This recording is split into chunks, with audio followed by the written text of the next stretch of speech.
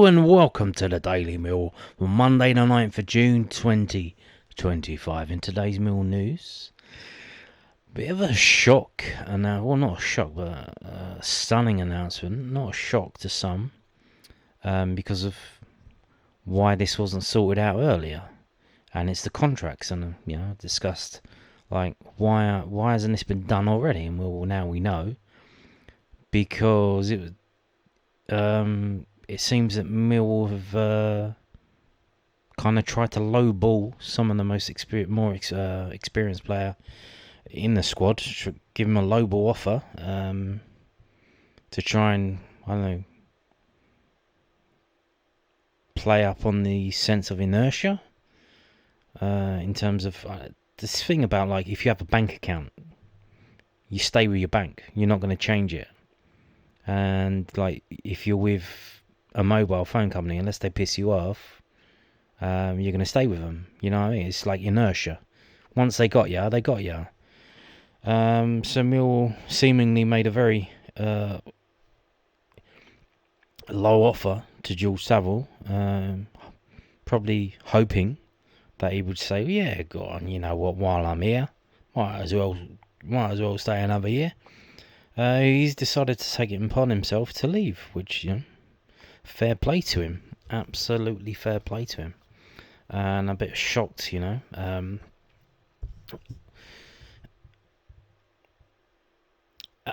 the start of the season, obviously last season, bit of a weird one. We had a Jekyll and Hyde season.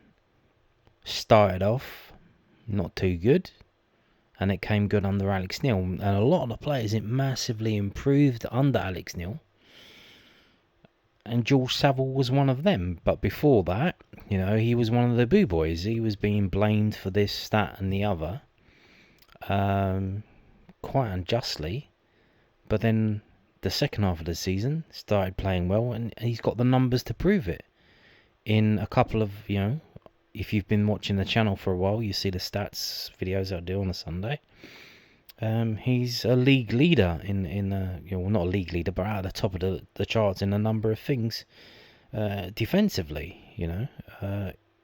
As in one of the best players in the championship for, I don't know if it was interceptions or tackles or something like that.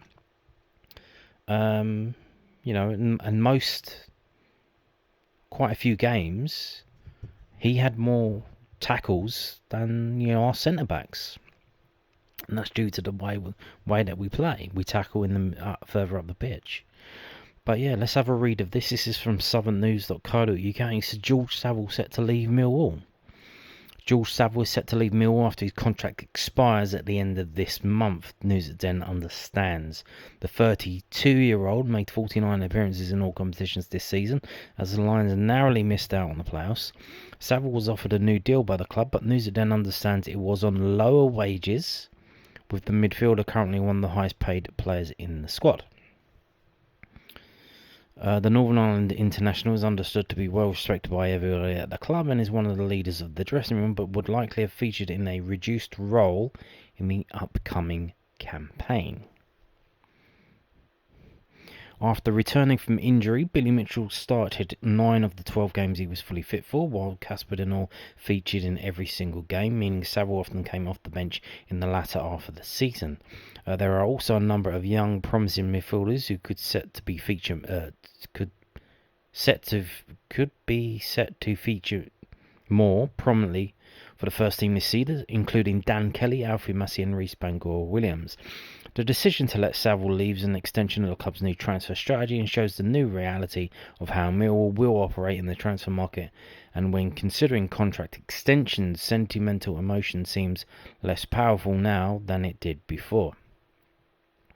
Saville ends his Lions career having made 241 appearances and scored 18 goals for the club across 4 stints. He first joined Millwall on loan in February 2013 while at Chelsea, making 3 appearances for Kenny Jackett's side as they narrowly avoided relegation. A loan stint at Brentford followed the next season before Saville permanently moved to Wolverhampton Wanderers in the summer of 2014, reuniting with Kenny Jackett. Saville struggled for consistent game time and rejoined the Lions in the 2015-2016 campaign on a 28-day emergency loan. Saville joined Millwall permanently in the summer of 2017 and enjoyed a strong season, scoring 10 goals and finishing as the Lions' joint top scorer. The midfielder's form attracted attention from fellow Championship side Middlesbrough, who signed him on loan with an obligation to buy on transfer deadline day in 2018, with the Lions netting £8 million from his sale, a club record fee at the time. Saville spent 3 years at Borough before rejoining Millwall in the summer of 2021. So yeah, it looks like it's done and dusted. And obviously this is the Southern news, but then we have it confirmed from Millwall's official website, millfc.co.uk. Thank you, Savs. Millwall Football Club can confirm that George Saville will depart the Den upon the expiry of his contract at the end of the month. Following the conclusion of the 24-25 season, the club entered discussions with the 32-year-old midfielder regarding a new deal. However, an agreement could not be reached. Saville leaves the club having made almost 250 appearances across 4 separate spells, scoring 18 goals and consistently displaying unwavering commitment and dedication whenever he pulled on the Millwall shirt. His journey with the Lions began in 2013. Well, they just mentioned, we're not going to go through that again. Over the next 4 years, he would make a further 175 appearances, scoring 8, while also becoming a leader and integral player in the dressing room, both on and off the pitch. And let's pause to have a look through some of these pictures.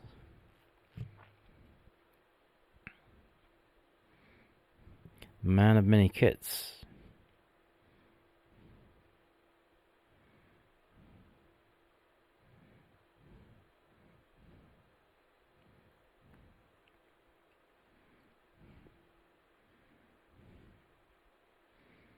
There you go.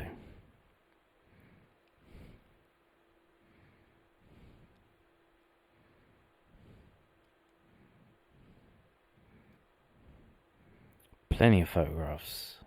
He's been here for a old while. Millwall's director of football Steve Gallen said, George leaves us with very best wishes and genuine thanks for everything he's done for the club over the years.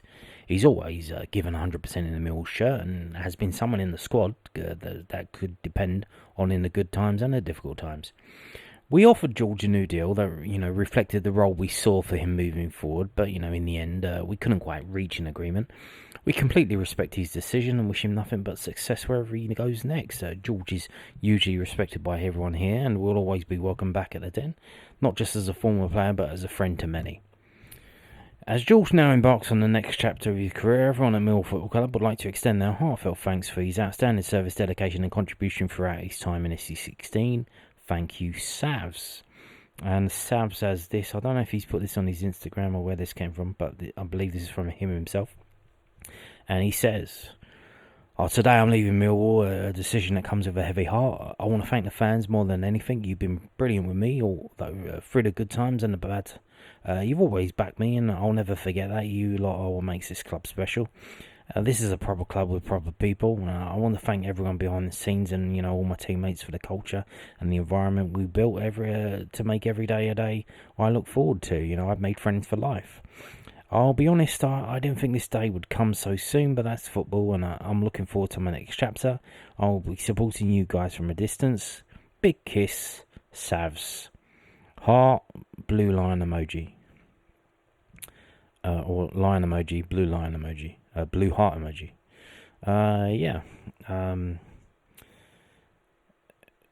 Again, here's the thing. It's could he have done a job next season? Almost certainly. Am I upset that he's left so soon? Yes, I am.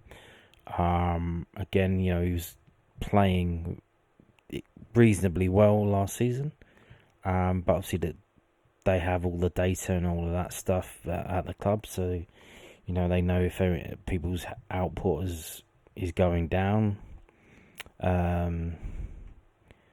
So, you have to leave sometime. Is it going to be now when he's 32? Is it going to be next year when he's 33? Is it going to be after that when he's 34? Could he have moved into a different role? Left back or whatever? I don't know. I don't think he wanted to play at left back. He has a couple of times for Northern Ireland when needed, but he could have done what Ryan Leonard's done and gone to play at left back as kind of back up to Brian or compete with Brian for that spot. Maybe he didn't want to do that. Maybe they didn't ask him to do that, but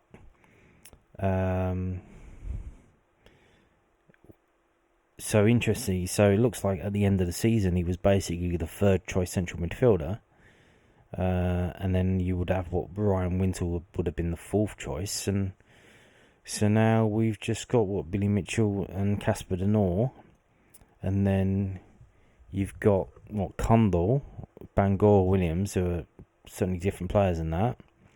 I would say probably Bangor Williams could probably play in that role better than Cundall. But then Dan Kelly, can he do it? I think he's not the role that Sav. I think he's too small. He's not really that physical. And Massey, I think not sure about that. So we almost certainly need to bring someone else in. And again, one of the more senior players in the team, been there a while, and the strategy that we have at the club, where you're bringing in all these wonder kids from all corners of the world. It's all well and good, but you need a spine down the team.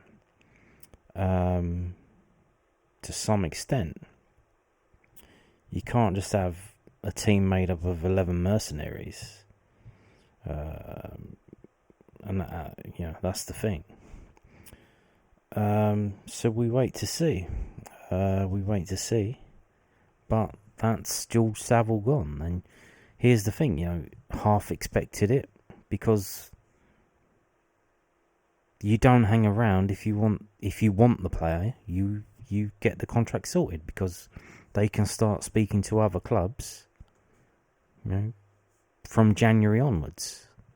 So why would you want that? You want to, wrap them up with a new deal.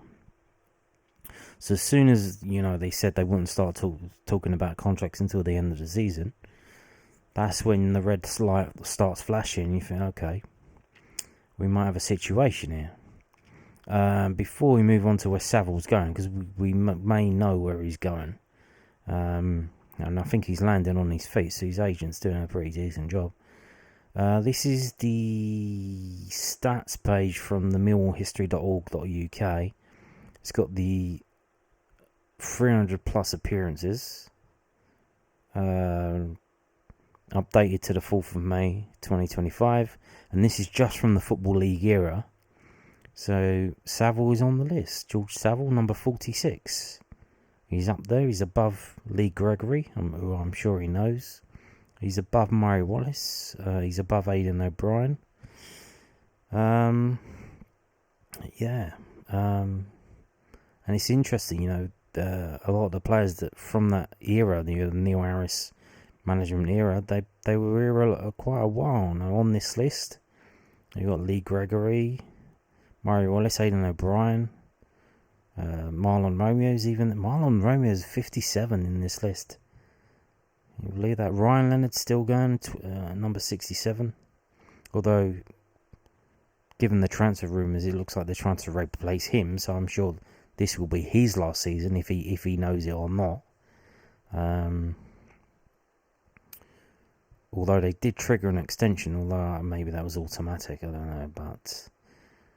And another thing with the George Saville situation, as we look at Sean Hutchinson there, number 30 in appearances, tied with Ian Dawes, is that the situation with Sean Hutchinson, that is absolutely madness what's happened there. In that they brought him back last minute and he hasn't even played. What was the point of that? Obviously it was done before, was it before Gallen coming in? Or it was a Neil Harris signing that they let him have, I don't know. But, and we do hear, behind the scenes, he's as good as gold. He's massive part of the dressing room, even though he isn't playing. So I don't know about that. But on the pitch, he hasn't done much this season. So that's a complete waste. So the question is, like, when do you get rid of a player? When do you show them the door? And how do you do it in like a respectful kind of manner? You know, if George Saville wasn't going to leave this summer, he almost certainly would have left next summer. And that seemed to be, you know, the situation that they wanted to ease him out because they wanted to replace him. So you've got the situation where he's there on the bench and he's watching someone in front of him. He's probably not as good as him, you know, and he just has to sit there and say, well, you know, because of my age, that I have to sit here on the bench while the geezer in front of me plays as he's trying to get as good as I am. And, you know, fair play to him. But doesn't want to come to stay here and sit on the bench and get money for doing nothing. But, you know, these players like Sean Hutchinson's gone this summer, George Saville's gone this summer, Murray Wallace has gone this summer, Ryan Leonard's still here. Jake Cooper's still here. Jake Cooper, within the first week of the season, should overtake Alan Dunn. He'll be on if he plays the first league game and the Carabao Cup game, that'll give him another 2 appearances. He'll go up to number 6 in the list. And if he plays most of the games next season, you know, he'll certainly jump up above Alan McCleary.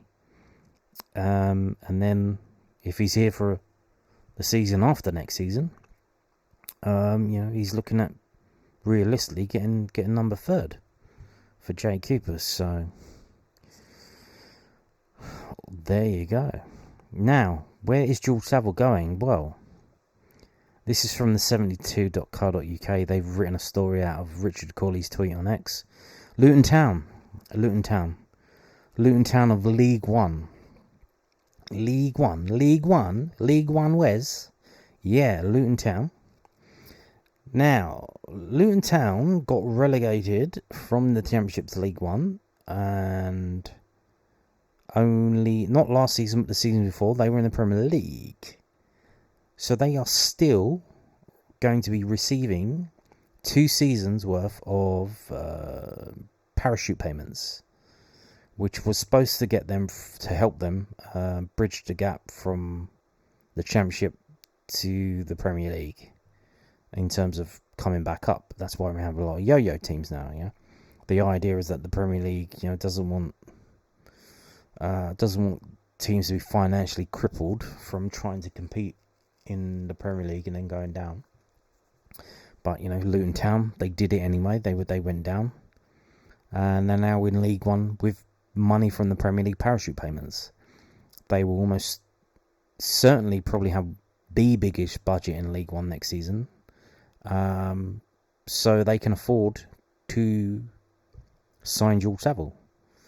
And he's almost certainly going to be on close or near to the same money he's got. So he's going to be on Championship wages in League One. So, and, you know, if he puts in the same performances that he put in this season for Millwall in League One next season, he's almost certainly going to be one of the best players in the league. Because, you know, it's a step down, and there is a step there. There is certainly a difference in the leagues these days. It's growing and growing and growing, in that there is a gap between the Championship and League One as much as there's a gap between the Premier League and the Championship. So yeah, Luton Town are poised to sign George Saville from Millwall, according to reporter Richard Corley on X. Luton Town are set to snap up the midfielder from the Championship side this summer. Luton are preparing for life in League One. Saville, 32, is out of contract at the end of the month and is leaving the Den for a new challenge. He made 49 appearances in all competitions for the Lions last season. In this latest update regarding his situation, journalist Corley has reported on X that he will be linking up with the Hatters.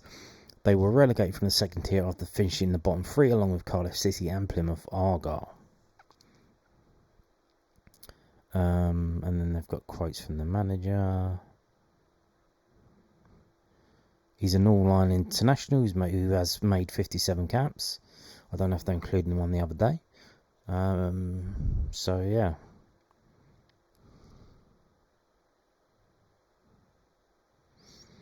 yeah, there you go. And that wasn't the only announcement of leaving that was made today. I told you about this the other day. It seems to be an open secret in Mansfield. I think everybody in Mansfield, from the butcher, the baker, and the candlestick maker, seems to know that Liam Roberts is signing for Mansfield. That the deal was already signed on Monday. But yeah, and again from millfc.co.uk, the man with no head, Liam Roberts to leave Millwall.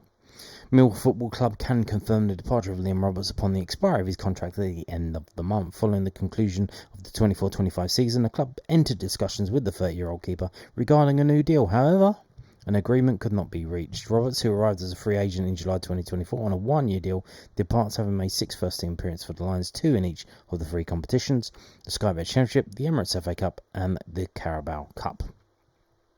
The club would like to thank Liam for his efforts and professionalism during his time at the club and wish him and his family the very best of luck for the future. And then they've got a statement for Roberts. As I say goodbye to Millwall, I want to express my heartfelt thanks to the fans, my teammates and all the staff. It's been a real honour to represent this club over the past year and play in front of such a passionate fan base. Sharing the dressing room with such a special group of players has been a privilege. My family and I were shown incredible support during one of the most difficult times in our lives, and we'll never forget the kindness and care we received from everyone connected to the club, and that will stay with us forever. As I look ahead, my main goal is to play regularly and consistently at first team level. I'm excited to see what the next chapter holds for me. Thank you from the bottom of my heart. I'll always be grateful for my time here, and I wish Millwall nothing but success in the future. So that last sentence there. My main goal is to play regularly and consistently at first team level. So that suggests that that Millwall were talking to him about extending his contract, and they were like, well, we're going to give you this amount of money because we expect you to be number 2 again, even though Jensen is injured. So like, you would presumably be playing first choice, or are they trying to sign a first choice keeper ahead of him? So maybe he spoke to them and said, well, what's the situation? Am I going to be first choice? Am I competing with Jensen? Like, what's the deal? And he's not that, like, he's 30. Is he 30? Yeah, he's 30 years old. So this is the time, you know. You think that's the peak for a goalkeeper. It's about 2 or 3 years after the peak of a outfield player. So he's probably got 4 more years at a decent level. So not that much longer. And he hasn't. Well, he did before he joined us. He was in Barnsley's first team, but he was on loan for Middlesbrough. So he was on loan at Barnsley. He played quite a few times for them, helped get them in the League One playoffs. They lost in the playoff semi-final to Bolton, I believe it was. You know, he's come to us, barely played. He's gone up a level, which presumably got, which helped him, you know, stay on the wages that he was at Middlesbrough. But now he's decided, well, I want to play. Like, you know, and fair play to him. If the club had said, well, we're trying to sign someone to come in and play ahead of you, and we want you to be number 2. But interestingly enough, again, who said that? Because Andy Marshall's gone, he's left. So who's running the goalkeeping department now? Is that Alex Neil? Is that Gallen? Like, who's making the call on that? That they're telling this guy, we still want you as number 2. But yeah, interesting stuff. Now, the big news for you fans, you know, that stuff that affects you, is this. That they put out in the evening, probably for the evening rush hour, about 6 o'clock. The Lions play 2 friendlies in Spain, the worst kept secret. We know that the club are going out to Spain for the second week. A lot of clubs have already announced they're going to be at the Pinatar Arena for that first week. Even, you know, teams in the National League North have said they're going to be out there for a couple of days. But in that second week, there aren't that many teams out there. But we know that Millwall are, and it has been confirmed now from millfc.co.uk. The Lions to play 2 friendlies in Spain. Millwall will play 2 pre-season friendlies during their summer training camp in Spain this July as Alex Neil gears up for his first full season as head coach. The Lions will kick off their preparations against Sky Bet League One side Northampton Town at the Pinatar Arena in Murcia on Tuesday the 15th of July with kick-off scheduled for 7 p.m. local time. Obviously Northampton Town, back when we were a League One mainstay, a bit of a nemesis for us. We seem to draw them every season in the Carabao Cup or the FA Cup, and we didn't do too well against them. The Cobblers, managed by Kevin Nolan, finished 19th in the Sky Bet League One last season. A second friendly is set for Friday the 18th of July, with details on the opponent and kick-off time to be confirmed soon. Fans will have the opportunity to watch the action live at the Pinatar Arena, with ticket information to be released in the coming weeks. For those unable to attend in person, the club is also exploring options to live stream both fixtures on Mill TV. On home soil, the Lions have already confirmed pre-season friendlies against Bromley on Saturday the 26th of July and Sutton United on Tuesday the 29th of July. And the under-21s are playing, I believe, on the 19th of July in Maidstone. So, there we go. We've got it confirmed. And if you didn't know, this is the same place as we was at last summer. It's the same place. And I'll just refresh your memory. Here it is. It's in Murcia. It's actually, the actual place is on the border between Murcia, which is the region's name, or the county name, whatever you call it, and the next region up, which is where Alicante is, which is all the way up there. A bit of a trek. Cartagena's down here. So, and the main town of Murcia's more inland. But it's going to be here. San Pedro del Pinatar is the town. And that's the Pinatar Arena. And this is what we got. Sports facilities. FIFA measures. 105 yards by 68. Or is that metres? Oh. It's got 7 changing rooms for the teams, equipped with the necessary material, massage beds, water coolers, freezers for ice, air compressor and flip charts. In addition, 3 changing rooms have a cold pool for recovery and cryotherapy. Wow. 3,000. It has a capacity of 3,000. But the games that we played last time, I think it was against Real Murcia and Nottingham Forest. You could see on the TV the stands, and the stand wasn't full, so I'm sure there'll be plenty of space for people to go. These are the seats here.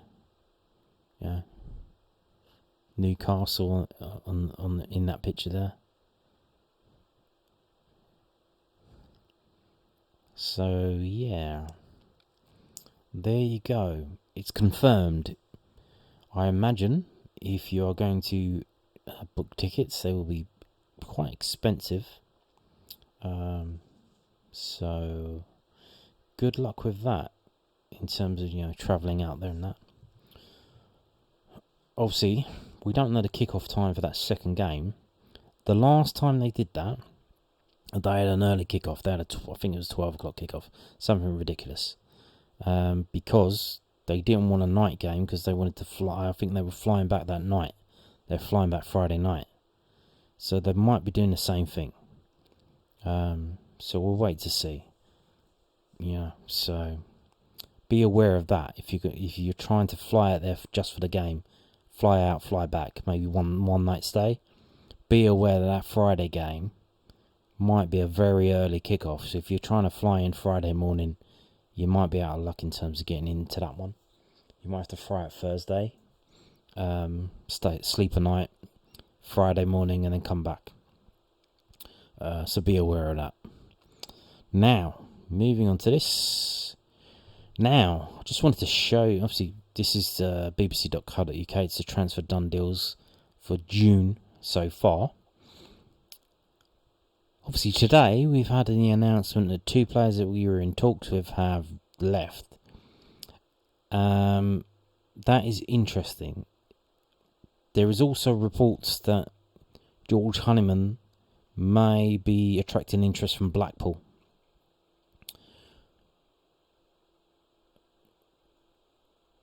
The transfer window this season is very weird. It's split into 2 parts because of this bloody Club World Cup. It's opening on Sunday the 1st of June and it closes on the 10th. So the window's closing tomorrow. And then it reopens on Monday the 16th. So it's going to be closed this week. It's going to reopen next Monday. I do wonder if the club or Gallen told these players, look, this is the deal. This is the final deal. Like, this is it. We need to know your decision by Tuesday the 10th. Because what I think they're going to do is they're now going to try and connect with the players that they're trying to sign, get the deals done, and then once the window opens on the 16th, start getting these deals signed, sealed and delivered, because on the 26th of June is when the fixtures come out. It's also when the players go back to training. You've then got 10 days from when the window reopens on Monday the 16th to the 26th for Gallen to get the players in, which is something he didn't do last year. He did not do this. Now, he's had all of this time. He obviously came in late before, but he's had the whole year now. Is he going to do that? Or are we still going to get the situation where every season that we always have, where the deals are going to get done on the last day? On the last day, which is Monday the 1st of September. Are we still going to have to wait, or is he going to get the deals done early? I'd imagine if he's giving Saville and Honeyman and Liam Roberts the ultimatum that, we need to know by the Tuesday the 10th of June, that he's trying to then, now he knows, okay, this is money is freed up in the budget.